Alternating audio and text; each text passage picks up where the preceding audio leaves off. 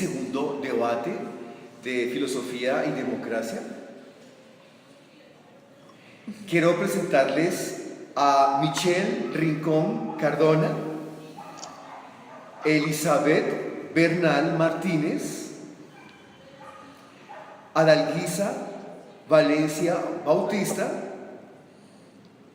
y, Omar Malagón Aviles, que está allá en Ecuador, bienvenido, y Uriel Herrera, que va a ser el que va a guiar este debate. Vamos a entrar a la primera pregunta, que es la siguiente. ¿Se puede afirmar que en el país se hace necesario pensar la construcción de paz desde una perspectiva integral? Entonces, ¿quién quiera iniciar este debate? Bueno, yo opino que por supuesto que sí. Yo creo que hay que integrar todo, desde la primera infancia en la educación, porque venimos de un país que está acostumbrado a la guerra, desde nuestros dichos, desde nuestra forma de hablar, desde algo tan sencillo como decir, si no hubo muerto, no hubo fiesta. Entonces hay que empezar desde la familia, desde la primera infancia, a educar para la paz. Quitarnos todo esto que tenemos, toda esta costumbre de guerra, porque es así, estamos acostumbrados a vivir en guerra. Sí, yo estoy de acuerdo con Michelle. Sufrimos, aparte de la violencia política que se ha vivido en el país, sufrimos de una violencia cultural.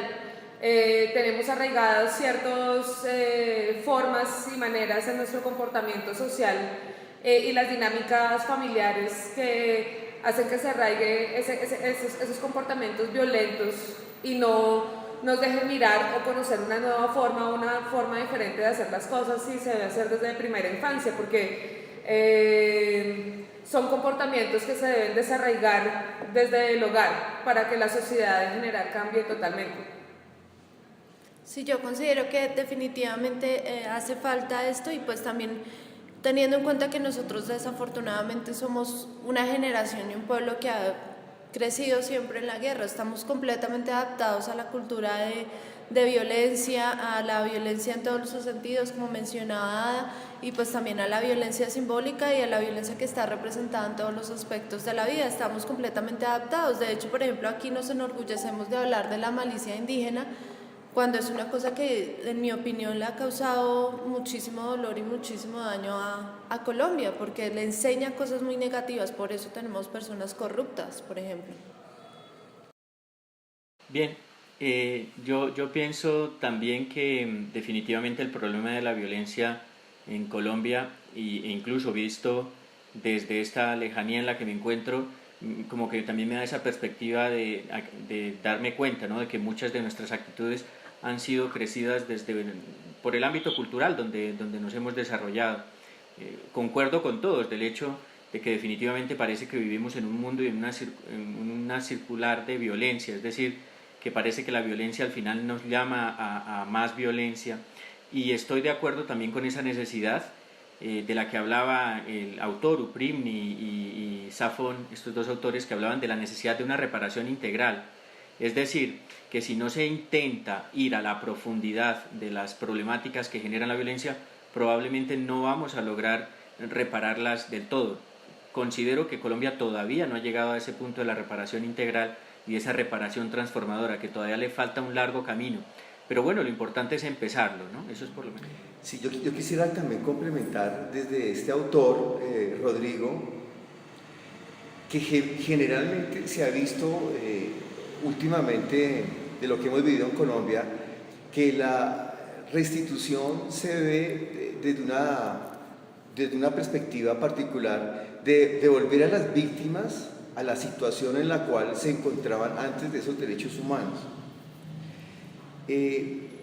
Pero se nota que no es suficiente devolverle todos esos derechos, esta restitución a las personas, sino que hay que ir más allá. Eso ha generado un problema, porque no solamente lo que estaba comentando, se devuelve otra vez las tierras, sus derechos, sino que hay que transformar la sociedad en la parte democrática. hay que replantear ese papel de relaciones que ha existido en Colombia, por ejemplo, que es el machismo, la parte patronal, donde hay como un panorama vertical de las relaciones, y eso ha generado en Colombia dificultades. Igualmente, se busca establecer verdaderamente una democracia en nuestro país, porque en la parte rural, lo que ha sido vulnerable, lo que es fuera de las ciudades o en las partes marginales de nuestra ciudad, la democracia no ha existido. Y por eso se ha centralizado el monopolio de la tierra, la violencia, la misma pobreza que se ha generado, el abandono del Estado. Entonces, tiene que ir encaminado en pro de unas políticas, de una ruta política, de un cambio jurídico en nuestro país realmente. ¿Cómo diría? La parte económica, tiene que haber un proyecto económico, por ejemplo, en los campesinos. Se está hablando de la restitución de la tierra, se está hablando de quitar las plantas de coca de aquellos sectores, pero no hay unos planes concretos de política, ¿no? De desarrollo económico, que es lo que realmente necesitan estas personas. Sí, yo pienso que ahí tocas un punto muy importante con el tema de la restitución de tierras y eso, porque para hablar de una paz integral,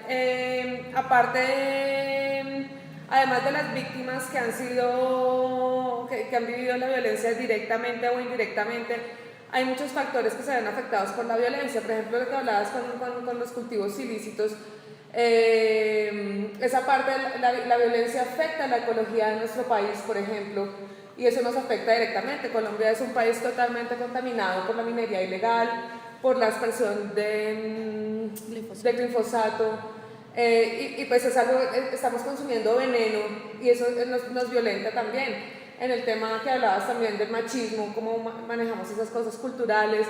Entonces, para hablar de una paz integral se debe tomar desde lo social, lo económico, lo biológico, lo ecológico. Hay que abordarlo desde diferentes puntos para hablar de una paz integral en realidad, porque son muchos factores y muchos que se ven afectados por la violencia. No, y también hay que sumarle la parte personal de cada uno, ¿no? Porque es gente que literalmente se rompió por dentro.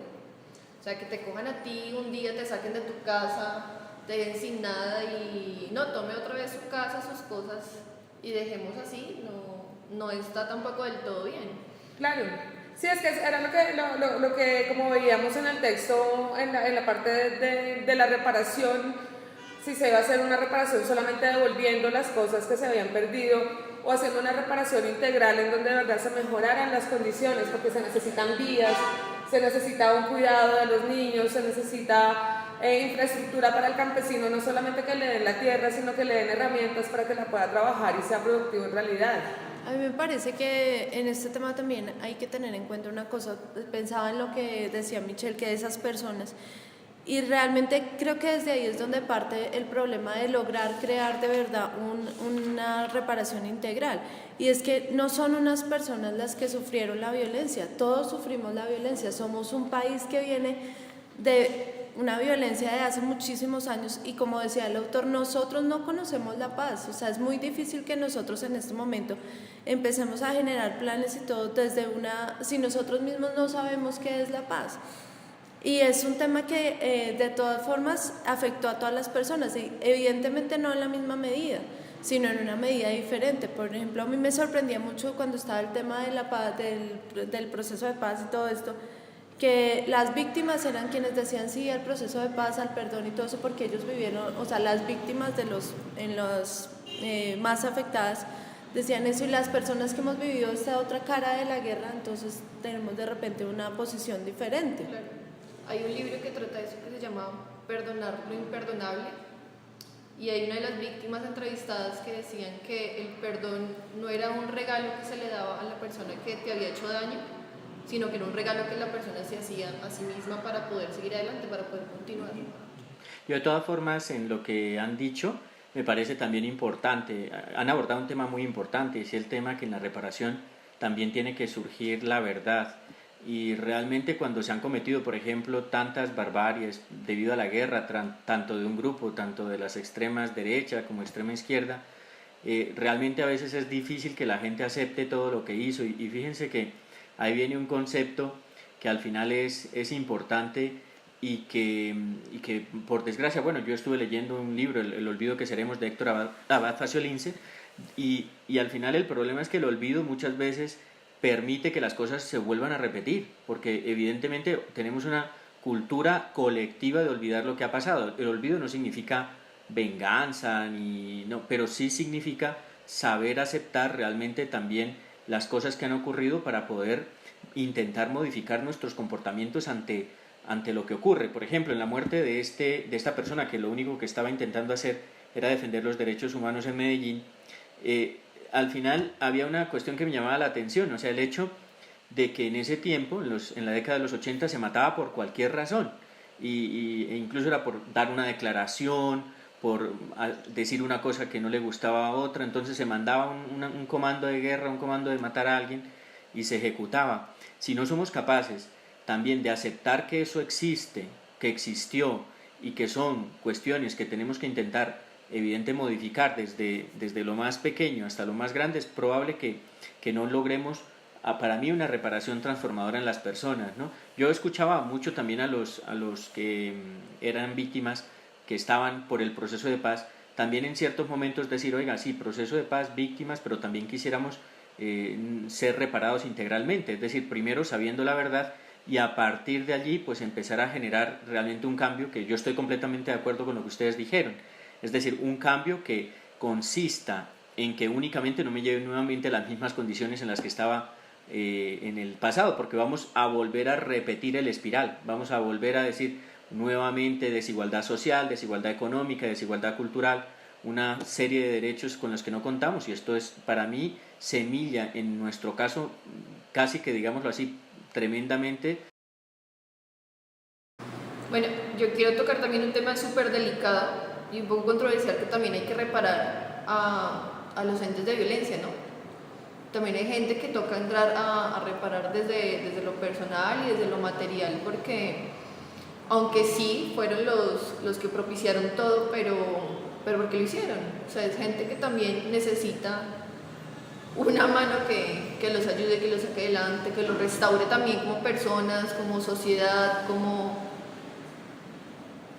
todo lo que puede simbolizar estar en una comunidad. Sí, completamente de acuerdo, ¿no? Evidentemente cuando se habla de reparación integral es reparar a todas las personas e intentar hacer que volvamos a una vida civil, ¿no? Pero eso evidentemente para mí empieza por la verdad, empieza por decir que en ciertas situaciones somos víctimas y a veces también victimarios, ¿no? O sea, las dos tenemos un poquito de ambivalencia, ¿no? Pero si no lo aceptamos, si siempre nos vamos a poner a lo mejor en, qué sé yo, como víctimas, y luego no aceptamos que realmente hemos hecho cosas, digámoslo así, terribles, pues difícilmente para mí vamos a generar un camino de confianza, porque al final yo creo que la paz parte de la confianza, ¿no? De la confianza como sociedad. Para terminar esta primera pregunta, hay que concretar que hay que buscar en estos nuevos proyectos de transformación social que tiene que haber una distribución de los bienes.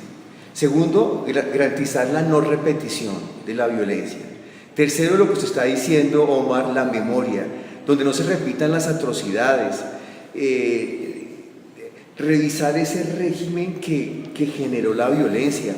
Garantizar que queden en el pasado un proyecto político, transformar las relaciones de poder, devolver los derechos y la compensación e indemnización para reparar las víctimas, tanto físicas, mental, sus costos, con apoyo médico, psicológico, servicios jurídicos, en fin, toda una integralidad en estas personas. Seguimos con la segunda pregunta. Teniendo en cuenta la historia política de Colombia, ¿cuál debería ser el papel de la educación en Colombia en un contexto de construcción de paz, Bueno, si quieren yo empiezo con esta parte. Yo había notado como algunos puntos respecto a en el caso particular de Colombia, la importancia de la educación en cuanto al tema de la paz. Entonces, por una parte, pues lo que hablábamos hace un rato, el tema de la memoria, del construir memoria, no permitir que se dé como un olvido de todo lo que ha ocurrido. Por otra parte, me parece que es súper importante desde el punto de vista de la educación cambiar esa idea de la cultura de la violencia. Me parece que es estratégico que desde la educación se empiece a fortalecer todo eso y eso iría de la mano con el fortalecimiento de la familia para precisamente romper con esos esquemas en los que venimos como formándonos en cuanto al tema de violencia, que eso tiene que cambiar completamente. Y por otra parte, una parte que me parece muy importante es que la educación tiene un papel de enseñarle a la gente y mostrarle cuáles son sus derechos y a qué puede tener acceso, porque lo que tenemos en este momento es que la gente realmente no sabe. Tenemos una serie de mecanismos y de herramientas jurídicas que existen, pero lo que podemos ver en las comunidades es que la gente no tiene ni idea. O sea, por ejemplo, la acción de tutela es una acción que es constitucional y que aparentemente uno creería que todo el mundo la conoce. Pero si uno va a trabajar en comunidad, uno llega allá y se da cuenta que la gente no tiene ni la más remota idea que existe la acción de tutela, y eso simplemente por hablar de un ejemplo. Entonces pienso que también esa parte es clave en cuanto a la educación. No, y hay que tener en cuenta que por lo general la mayoría de personas que han sido víctimas de la guerra y aún los victimarios son gente que no tienen acceso a las nuevas tecnologías, o sea, no saben ingresar a un computador, buscar qué pudo hacer. Entonces eso también facilita que todo esto quede en vano. Uno, como tú decías, hay muchas facilidades, acciones de tutela, también hay planes de gobierno para restauración, hay ayudas, hay subsidios familiares, etcétera, hay mil cosas, pero la gente no sabe cómo acceder a ellos, y en la mayoría de ocasiones la gente que accede a ellos es gente que no lo necesita. Entonces es también como educar a la gente para que pueda acceder a todos estos beneficios que existen, que claro deberían existir más, pero los pocos que existen debería haber como una educación a esas personas para que puedan acceder a ellos. Sí. Me llama la atención de la autora, Rosa Arias, que habla que nuestro país no ha sido educado para la democracia, como algo triste, ¿no? Pues ha primado, dice ella, los intereses individuales, las posturas radicales, inclusive entre los mismos amigos. Yo soy de Millonarios, soy de Santa Fe, de un equipo, entonces una rivalidad, yo soy liberal, yo soy conservador, yo soy del cambio radical. O sea, unas posturas que verdaderamente...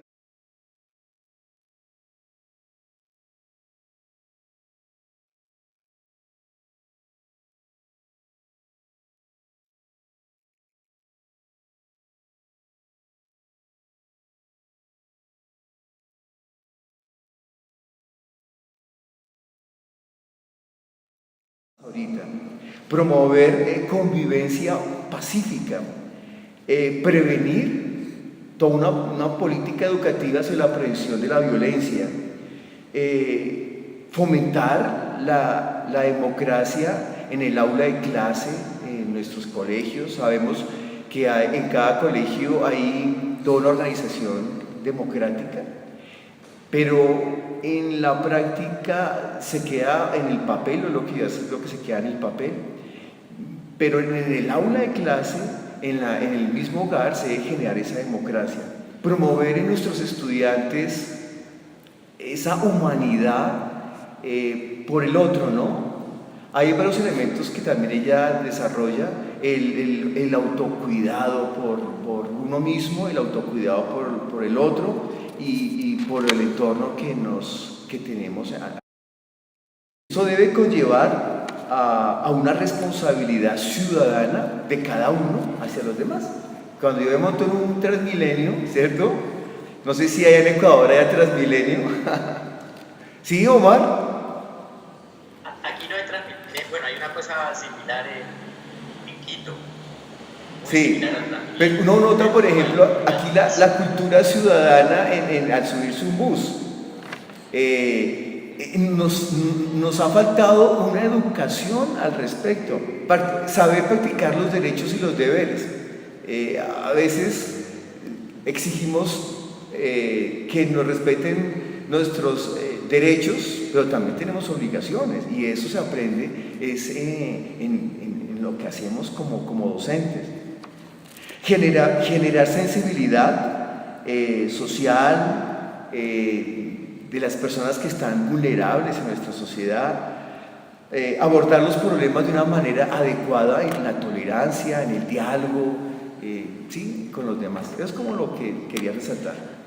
Bueno, yo creo que si hablamos, así como hablábamos de una paz integral, también debe haber una educación integral, en cuanto a que cada quien desde su área como docente no solamente se debe preocupar por transmitir un conocimiento, sino por generar una conciencia reflexiva en los alumnos, donde estén constantemente, pienso que el rol del educador ya debe evolucionar y salir de simplemente el conocimiento y generar y fomentar, por ejemplo, una educación o una pedagogía emocional donde la gente aprenda desde niño a cómo resolver sus conflictos y a cómo manejar sus emociones. Pienso que parte de ese ser violento no la tenemos porque no la conocemos, porque venimos también de lo que hablábamos antes. O sea, si por ejemplo mi generación que es de los 80, nacimos en los 80, era totalmente violento, y la forma de resolver que uno ve en la calle, en televisión,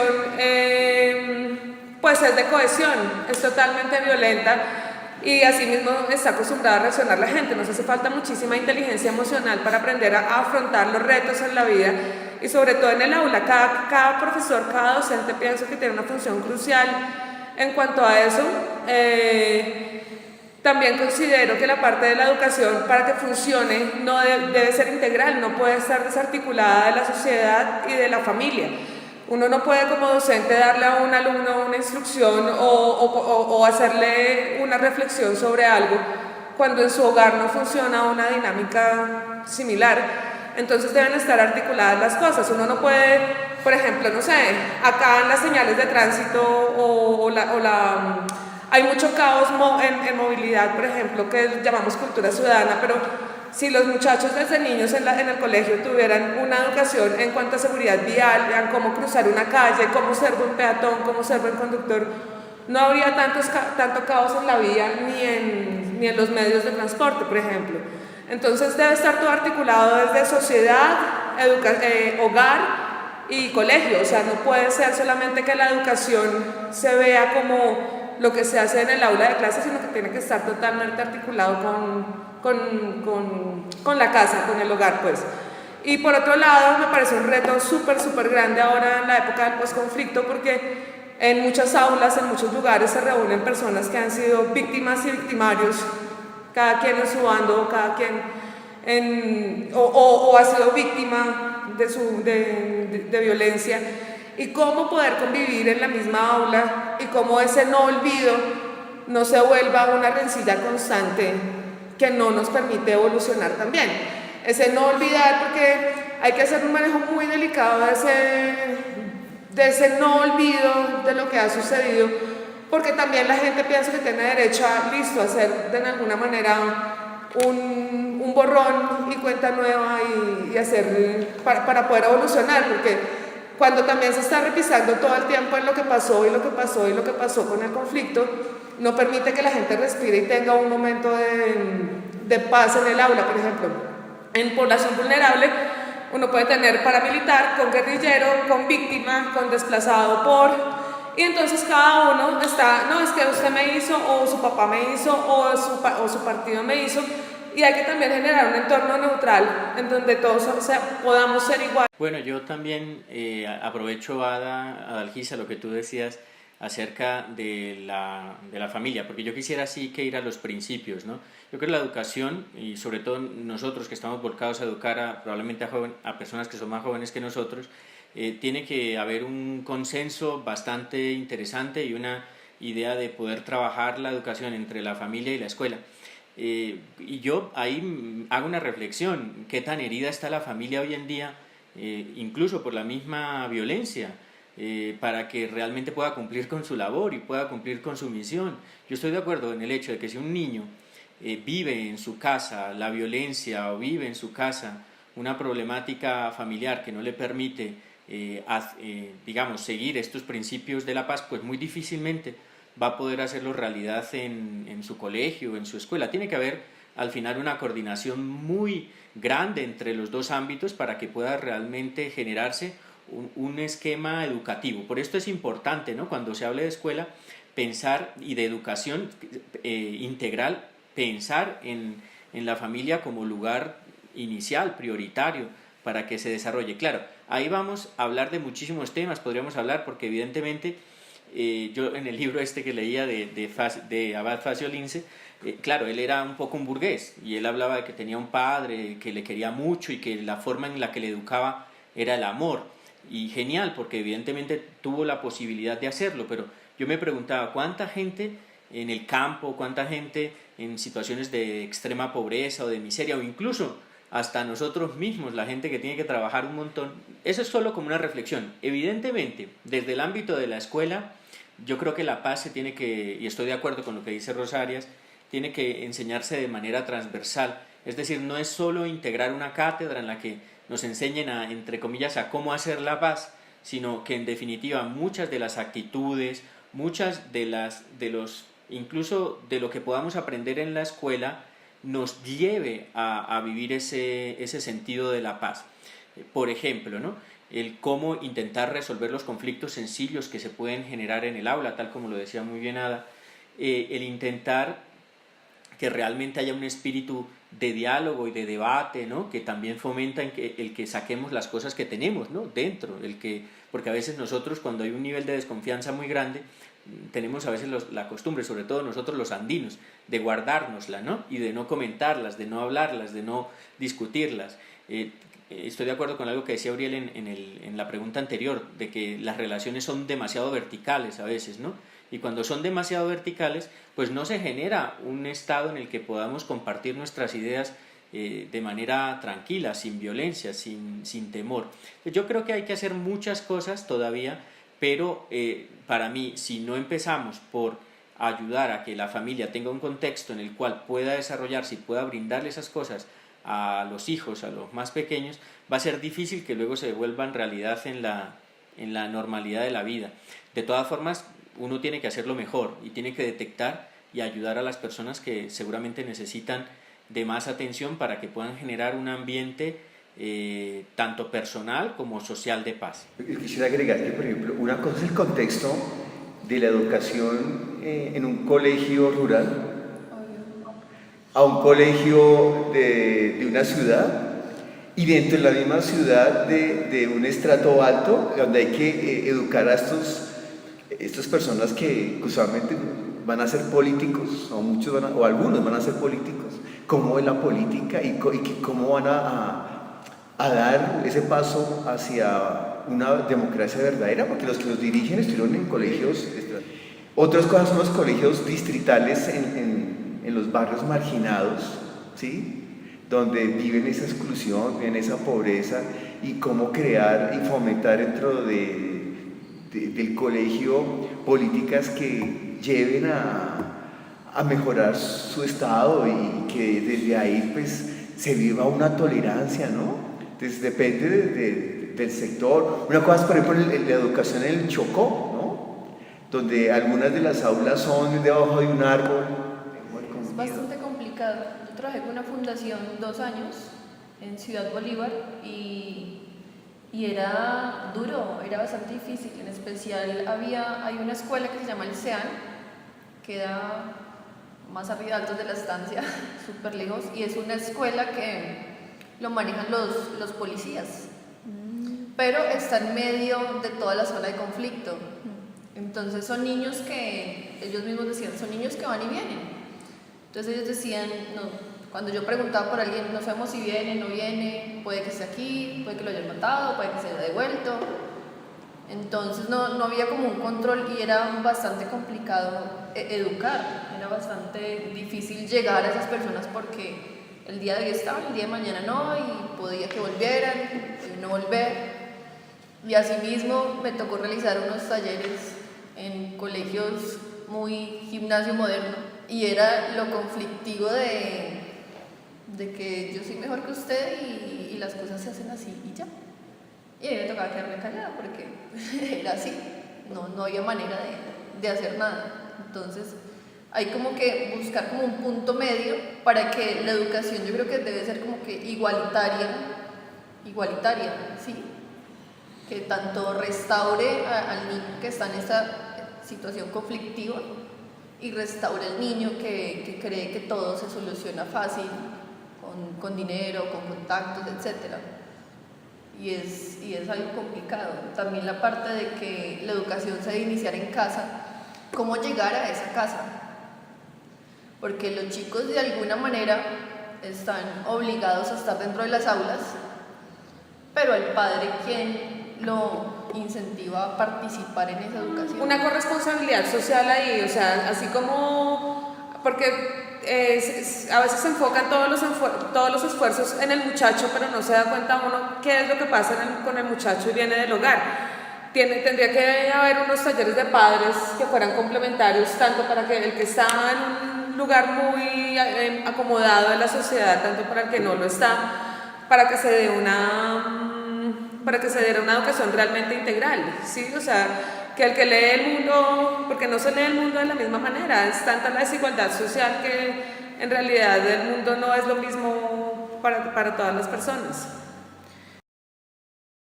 Bueno, yo quisiera compartirles como algo que estaba aquí escribiendo mientras hablaban, y bueno, yo pienso que el eje central de esta discusión o de una posible solución podría ser un cambio de chip. O sea, realmente eso es lo que tenemos que hacer, un cambio de chip. Se pueden generar desde el Estado un montón de políticas sociales, pero si nosotros, en general, toda la sociedad no hace un cambio de mentalidad, pues difícilmente se va a lograr pues que sea más rápido, más efectivo, muchísimo mejor esta transición de este estado más o menos de violencia a un estado de paz. También por otra parte pensaba en lo que mencionaba Michelle y Algis acerca de que va el niño a la escuela y bueno, allá tiene, digamos, entre comillas, las herramientas para atravesar el proceso y para que se le forme en relación a la paz. Y decían, bueno, y los papás y todo esto, y aquí es donde va el tema del cambio de chip. O sea, por una parte, lo primero que yo creería que todos debemos entender es que este es un tema de todas las personas, de todos los colombianos, incluso los colombianos que no viven en Colombia. Es un tema de absolutamente todos, incluso podría decir que es un tema global, porque pues ya en un mundo globalizado todo es global. Y por otra parte, yo también he tenido la oportunidad de trabajar con chicos en diferentes realidades sociales muy marcadas, y una cosa que veía es que de todas formas uno como docente tiene un potencial muy grande de impactar las vidas de los chicos en cualquiera de las realidades, y ese impacto que uno está realizando o está teniendo con los chicos definitivamente siempre va a terminar impactando a los padres.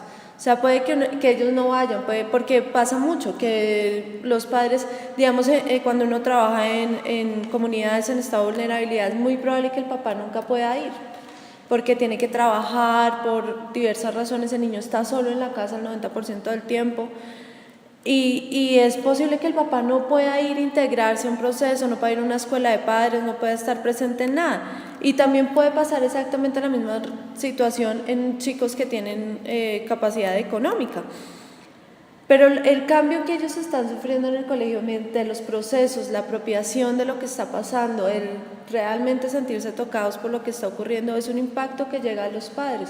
Y ahí quisiera compartirles una experiencia que yo tuve trabajando con chicos en una zona aquí en Bogotá un poco compleja, y ellos iban y los papás yo no los conocía, había pasado mucho tiempo y yo no conocía a los papás, y ya digamos que por defecto partíamos de que los papás no podían ir. Ellos eran hijos de vendedores ambulantes, de recicladores y todo eso, y ellos no tenían el tiempo porque era o voy o trabajo y llevo plata para... Pero llegó el punto en el que los chicos se han apropiado tanto de lo que estaba pasando y se han impactado tanto personalmente de lo que ha pasado, que un día, sin que nadie invitara a los papás, todos los papás llegaron. y dijeron, no, es que nosotros estuvimos hablando y llegamos acá porque queremos saber qué es lo que está pasando acá, porque realmente vemos cambios en nuestros hijos. Ahí me queda, por ejemplo, un interrogante: ¿qué tanto estamos preparados los docentes actuales para el posconflicto ante estas situaciones? En las regiones donde está ahorita la guerrilla, las escuelas, los maestros, las políticas educativas, los gobernadores, sí, el mismo presidente, el Ministerio de Educación, ¿sí? Son interrogantes. ¿Qué aportes se van a dar de aquí en adelante a este proceso de transición hacia la paz? Cuidado de la tierra, por ejemplo, donde las minas, donde se explota la tierra y que no ha sido fácil. Vemos un país sectorizado, ¿sí? En dos ideas. La gente sin información con respecto a la democracia. ¿Qué están haciendo las universidades? Ese es otro aspecto, ¿no? ¿Qué están haciendo en la universidad en la formación democrática de los futuros profesionales en las diferentes áreas? Hay unos interrogantes que estamos preparados para este momento. Es que sí, es un momento coyuntural y la labor docente ahí es fundamental, porque al final los jóvenes del país, del tiempo que permanecen, los que tienen la oportunidad de asistir no solamente a colegios distritales, sino fundaciones, entidades que prestan servicios a la comunidad, están con nosotros, con los docentes, y pues el rol del docente también es eso, es ser gestor de paz y cómo nos vamos a preparar para el posconflicto y qué vamos a hacer para sembrar semilla en esos muchachos que puedan transformar el país, porque es que eso es una labor súper importante. Y bueno, lo que tú decías, no sé si estamos preparados para eso. Bueno, nos cerramos. Seguimos con la tercera pregunta. Desde nuestra propia área, ¿cuáles propuestas temáticas y didácticas podrían contribuir a la elaboración de una pedagogía para la paz? Bueno, yo soy de educación religiosa, filosofía de educación religiosa. Dentro de mi área, constantemente se toca al ser humano, su dignidad, su respeto desde la dimensión espiritual. Cuando uno aborda el hecho histórico de Jesucristo y a partir de ahí se elabora una interpretación, una sociedad de los excluidos, igual que hoy, marginados, vulnerables, aparece en Jesús como acogida, apoyo, estar con el pobre, dignificarlo. Y desde una interpretación teológica, pues eso lleva a la vida de la persona que cree, es transformar la sociedad en donde está. Primero, a sí mismo, con las personas que están alrededor suyo, su familia, sus compañeros, y luego pues la sociedad a nivel general. Una persona que tiene una fe coherente en sí mismo, y al estudiante a través de diferentes actividades se les sensibiliza en la parte ética, moral, social, psicológica, de que no solamente debe pensar en sí mismo, sino debe acoger al otro. Por lo tanto, debe respetar la diferencia, hablar con esa persona al estilo de Jesús. Es una propuesta muy bonita. Verdaderamente, yo veo que desde mi área hay que trabajar bastante. No se ha hecho lo suficiente, pero en este posconflicto creo que nos corresponde a los profesores de educación religiosa una gran misión y un reto. Bueno, yo estoy en licenciatura en literatura y lengua castellana y bueno, ya he trabajado un poco el tema, lo he trabajado más que todo desde la sensibilización.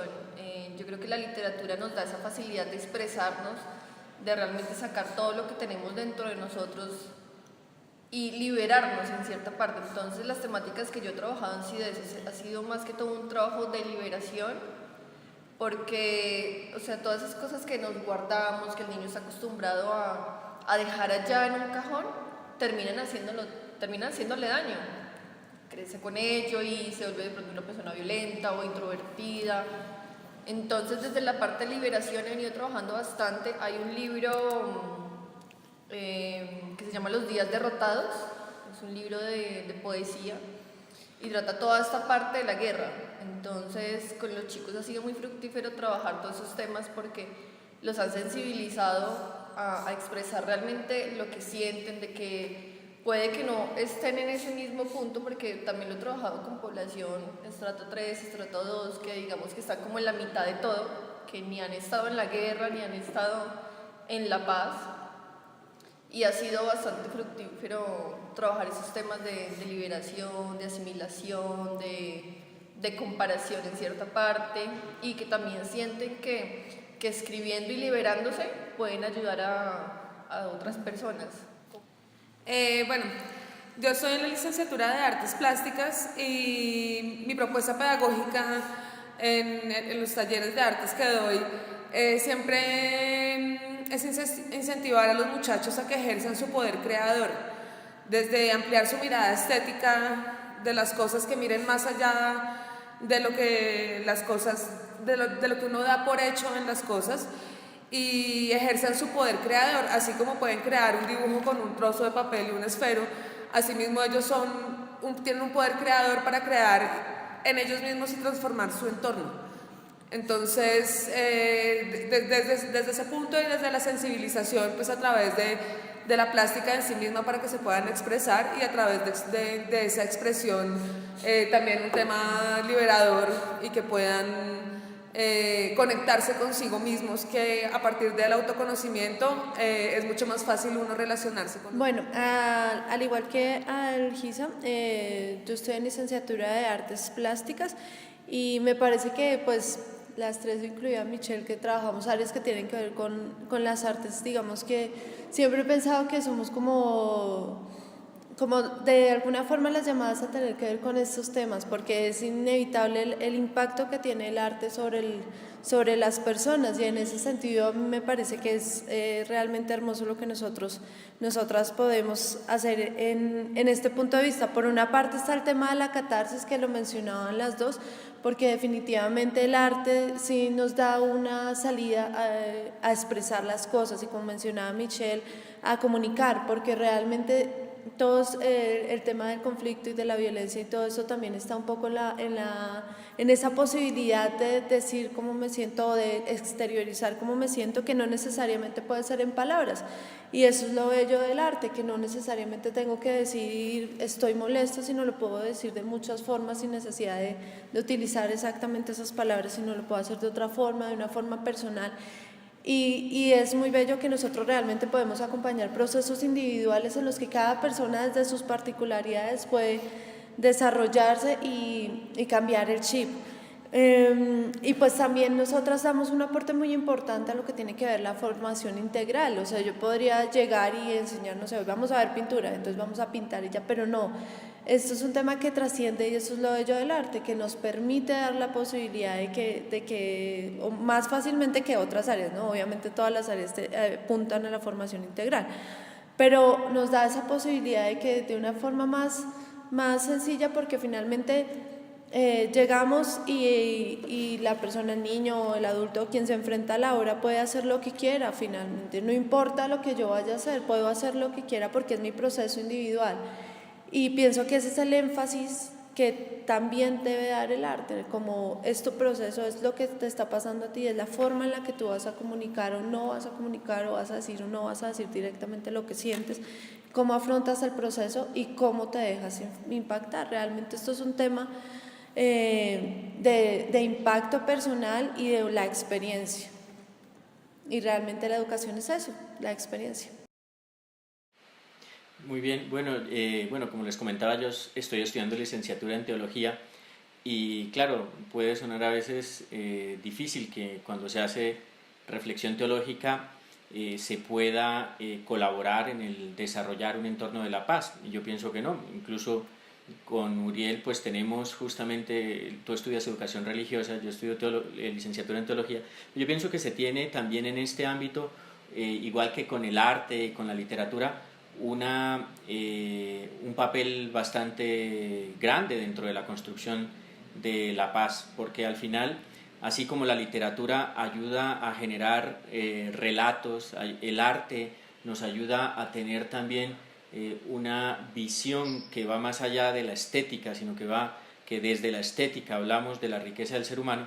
Yo creo que la teología nos permite intentar escudriñar en esa actitud trascendente que tenemos las personas y a partir de esa reflexión empezar a generar posibilidades de transmitirles a las personas y de que las personas descubran al final la riqueza que tienen en su vida interior para poder proyectarse hacia los demás, ¿no? Por eso mi propuesta pedagógica, entre comillas, es vivir la paz desde el encuentro. ¿Y qué significa eso? Miren, yo actualmente soy profesor universitario, ¿verdad? Yo no sé si les he comentado, pero soy profesor de química, yo soy doctor en química, hago investigación en química, pero a su vez soy religioso, entonces es una mezcla un poco rara, pero me da la posibilidad de poder estar en un ambiente en el que es posible dialogar, en el que es posible intentar, más que mostrar o enseñar, quizá el poder a través de la propia vida, el intentar que la gente, digámoslo así, se pueda contagiar al final de una serie de valores que lo lleven a esa necesidad de salir de la comodidad para poder ir al encuentro. Yo veo una cosa muy importante dentro de los procesos incluso de paz de Colombia: si las personas y todos no nos comprometemos, tal como lo decías también tú, Elizabeth, no nos comprometemos a colaborar, a salir de nuestra comodidad, a ir al encuentro de los demás, es muy probable que no podamos lograr realmente, o por lo menos no podamos lograr unos resultados tan brillantes como los que quisiéramos. Esta pedagogía, esta paz desde el encuentro implica el permitir que las personas vayan descubriendo la riqueza que tienen en su interior, no importa lo que les haya pasado, no importa lo que hayan hecho, pero que descubran esa riqueza y que con esa riqueza, digamos que están llamados o que pueden transformar a su entorno. Es evidente que desde la teología, pues el modelo que, yo soy católico, evidentemente, la teología, el modelo que nosotros impulsamos es el modelo de Jesús, pero no es un modelo, digámoslo así, como quizá clásicamente se ve, de imposición y de que tienes que vivir unos dogmas, no, sino más bien de identificación con unos valores con los que Cristo vivió, con los que Cristo hizo su trabajo aquí en la tierra. De hecho, yo ahora mismo incluso estoy trabajando con las personas aquí en la universidad en el estudiar cómo transmitir dos valores que me parecen importantes para formar una sociedad. Uno, que es el de la generosidad, es decir, el del encuentro como necesidad de salir a buscar al otro, y el otro, el de la responsabilidad, el de saber que yo respondo, no responsabilidad académica, ¿no?, sino soy responsable de los demás, soy responsable del ambiente en el que vivo, soy responsable de la cultura en la que estoy, no soy simplemente partícipe, ¿no? Entonces, en ese sentido, yo creo que desde la teología se puede aportar mucho, porque al final, si la teología promueve una visión unitaria, una visión no de división, no una visión fanatizante, yo pienso que puede dar también caminos, así como los caminos que nos han comentado tanto Elizabeth y Ada, del arte, o el camino que Michelle nos habla, que a mí me encanta, el de la literatura, el del diálogo, el del relato. Yo pienso que podemos encontrar caminos que nos lleven al final a demostrar que tenemos, como en los derechos humanos, una misma dignidad como seres humanos, una misma cantidad y calidad de derechos, y así también unos deberes que tenemos que cumplir. Bueno, muchas gracias por este debate que tuvimos en esta tercera estrategia. Le agradecemos a la tutora Marja, que nos dio estos aprendizajes que fueron interesantes como reto para nuestros quehacer como docentes. Gracias a Michelle, a Elizabeth, a Ada, Omar desde Ecuador y mi persona. Y bueno, gracias a todos también. Gracias.